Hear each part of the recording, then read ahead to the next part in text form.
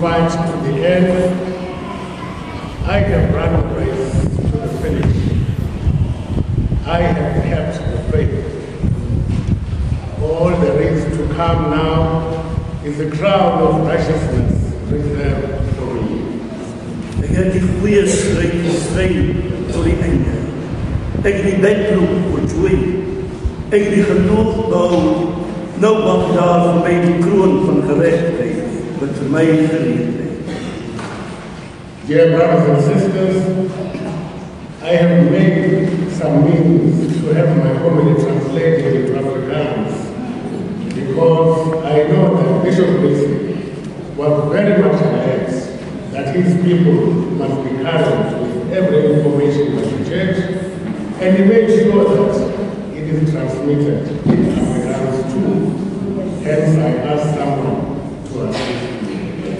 Lieve broers en susters, ek het gereeld dat my homily in Afrikaans vertaal word, omdat ek geweet het dat Biskop Risiati bewus was daarvan, dat sy mense volledig ingelig wees oor alles wat die kerk betref. Hy het altyd seker gemaak dat hierdie inligting ook in Afrikaans oorgedra word.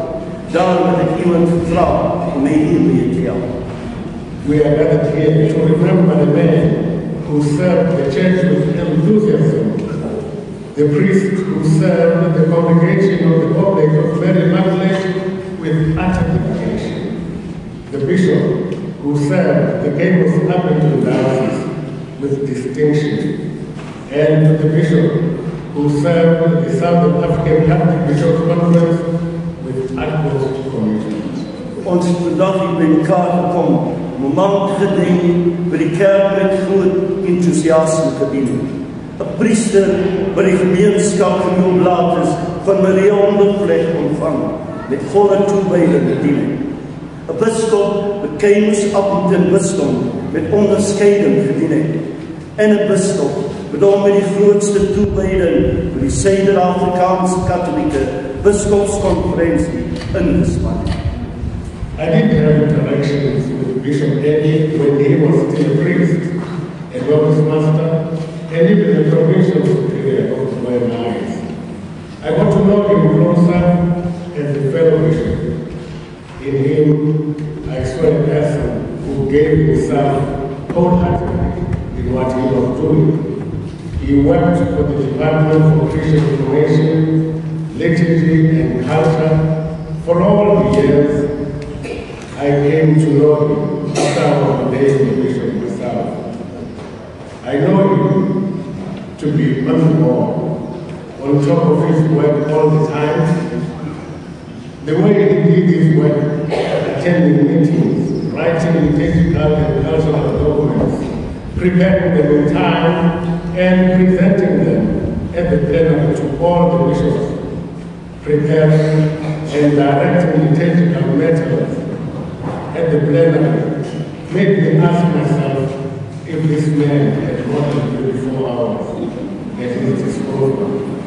That was a sign that he had an excellent understanding of time management. Ek het Biskop Risiati persoonlik geken het.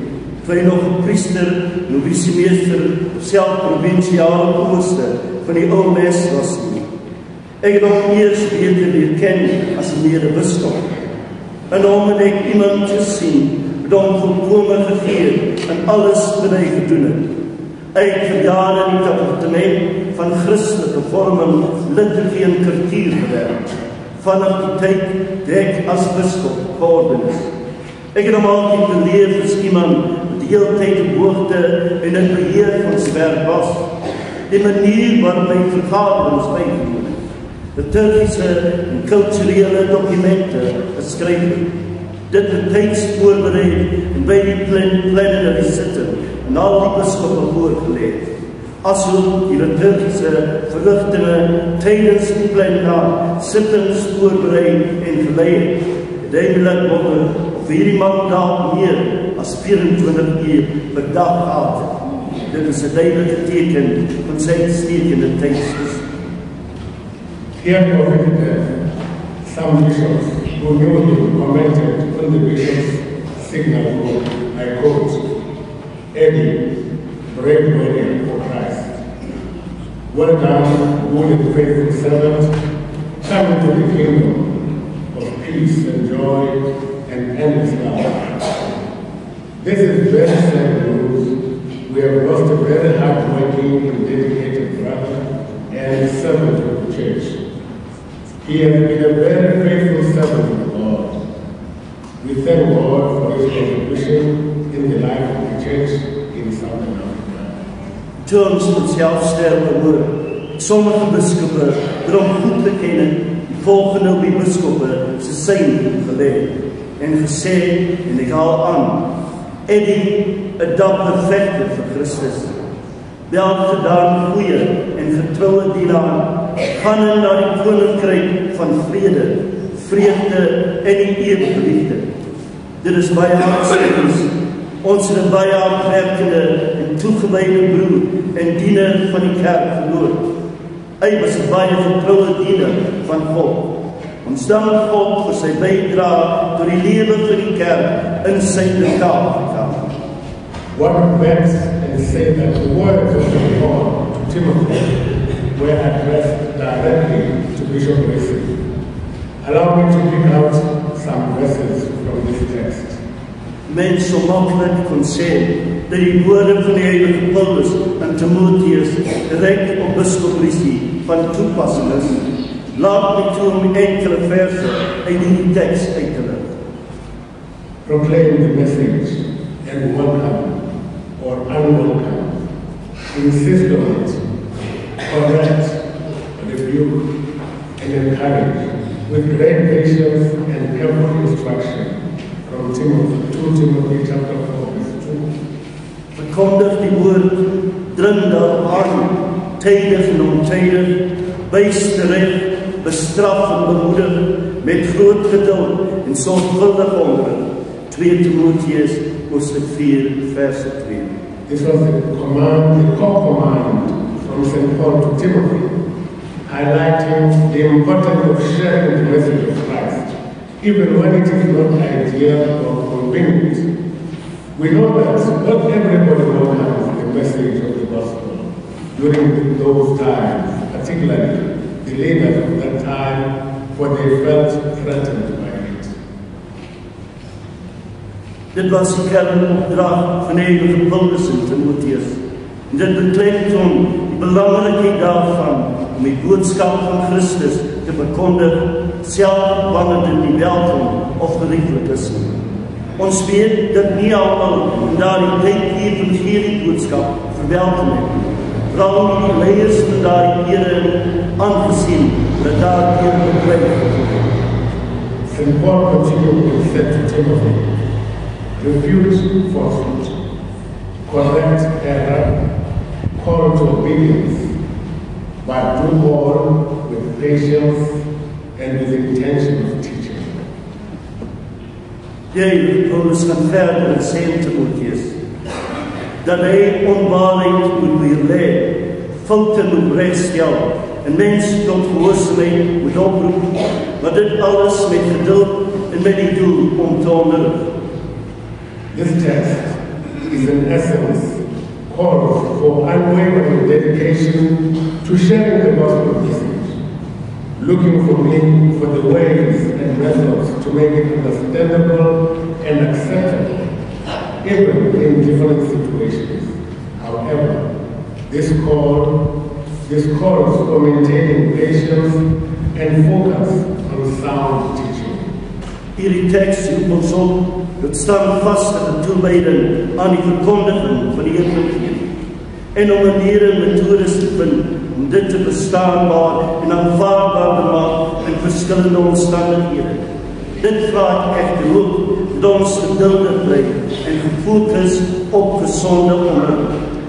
I know that Bishop Eddie has always been enthusiastic in providing information of his people. He made sure that they keep in touch with the teaching of the church. He also made sure that the material that came in English was translated into Afrikaans so that his people can access it in their own language and feel comfortable. I also know that he was involved in the translation of many church books to Afrikaans, so that his people may understand and get full information. Ek weet dat Bishop Berry altyd enthousiasties was om sy mense te vorm en in te lig. Hy het seker gemaak dat hulle voortdurend in kontak bly met die leer van die kerk. Hy het gesorg dat materiaal wat in Engels beskikbaar was in Afrikaans vertaal word, sodat sy mense dit in hulle eie taal kan lees en verstaan. Ek weet ook dat hy by die vertaling van baie kerklike boeke in Afrikaans betrokke was, sodat sy mense volle toegang tot die inhoud kon hê. He did not only do this at a national level, he was equally diligent and made sure that whatever information needed to be known by the bishops, he transmitted it without delay and with all the clarity it deserved. Those who know Bishop Rexon well will give witness to their God. And by so doing, I want to believe that he proclaimed the message. He insisted on it. He called to obedience with patience and with the intention of teaching justice and Paul instructed Timothy. Hy het toe net op 'n stomp vlak beklemtoon nie. Hy het net so noteer om te verseker dat enige belangrike inligting wat die biskop ons ontvang sonder versyn met die nodige duidelikheid aan hom oorgedra word.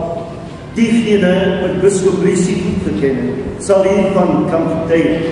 Deur dit alles glo ek dat hy inderdaad die boodskap verkondig het, daarop aangedring het. Mense met geduld en met bedoeling om te onderrig tot gehoorsaamheid oproep, presies soos die heilige Paulus vir Timotheus voorgeskryf het. It is without any doubt that Bishop Eddie leaves a very good legacy behind. We should surely remember him with fond memories. Daar is geen twyfel dat Bishop Eddie 'n baie mooi nalatenskap agtergelaat het. Ons sal hom met warm herinneringe onthou. St. Paul continued to instruct Timothy by saying, I quote, make the preaching of the good news your life's work in thorough service. De Paulus gaan voort om Timotheus te vermaan met hierdie woorde. Maak die verkondiging van die goeie nuus jou lewenswerk in volgehoue diens. This verse calls for the fulfillment of our ministry faithfully. As witnesses to the word of God, we are all urged to remain clear-headed, calm, and composed in all situations.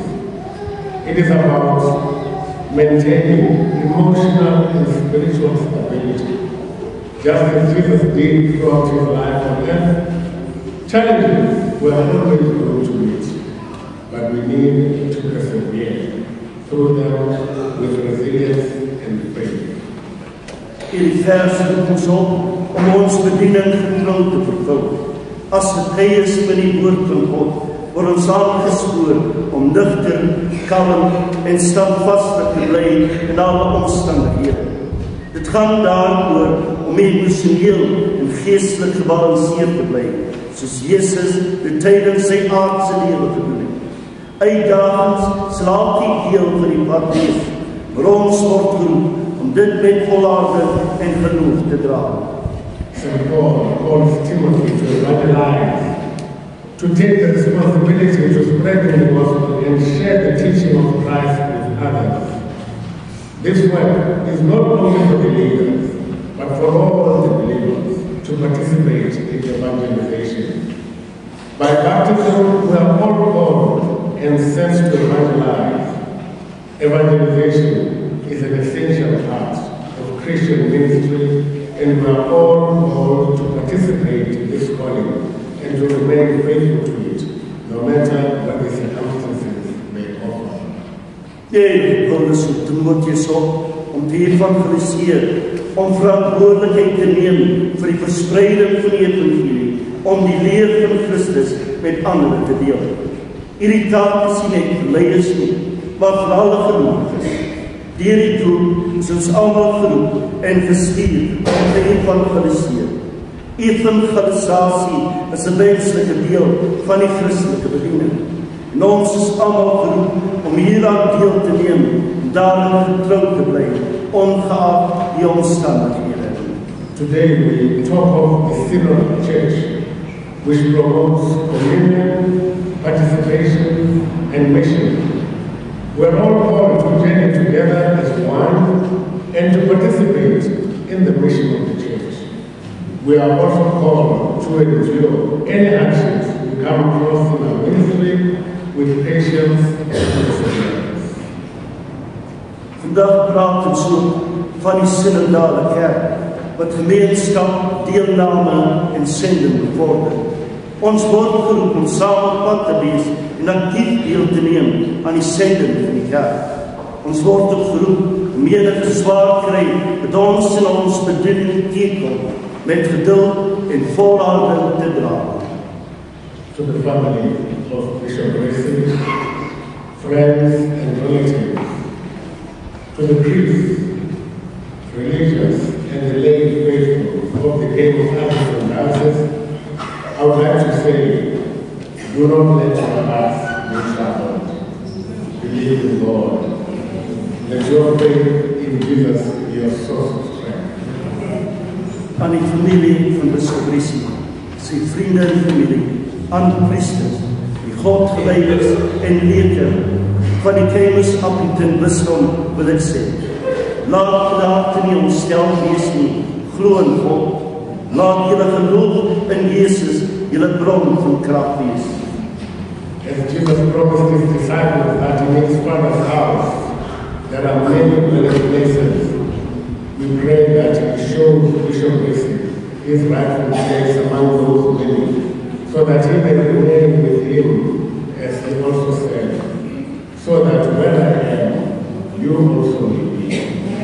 Soos Jesus sy disciples beloof het, daar in sy Vaders huis is baie wonings, bid ons dat hy vir Bishop Racing sy regmatige plek onder hulle sal wys, sodat hy mag wees, soos hy gesê, sodat julle kan wees waar ek is.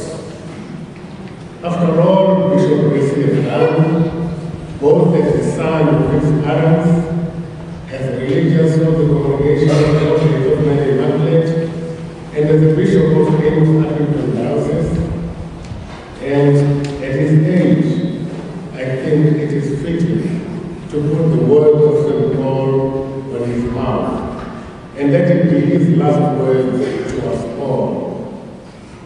I quote, I have fought the good fight to the end.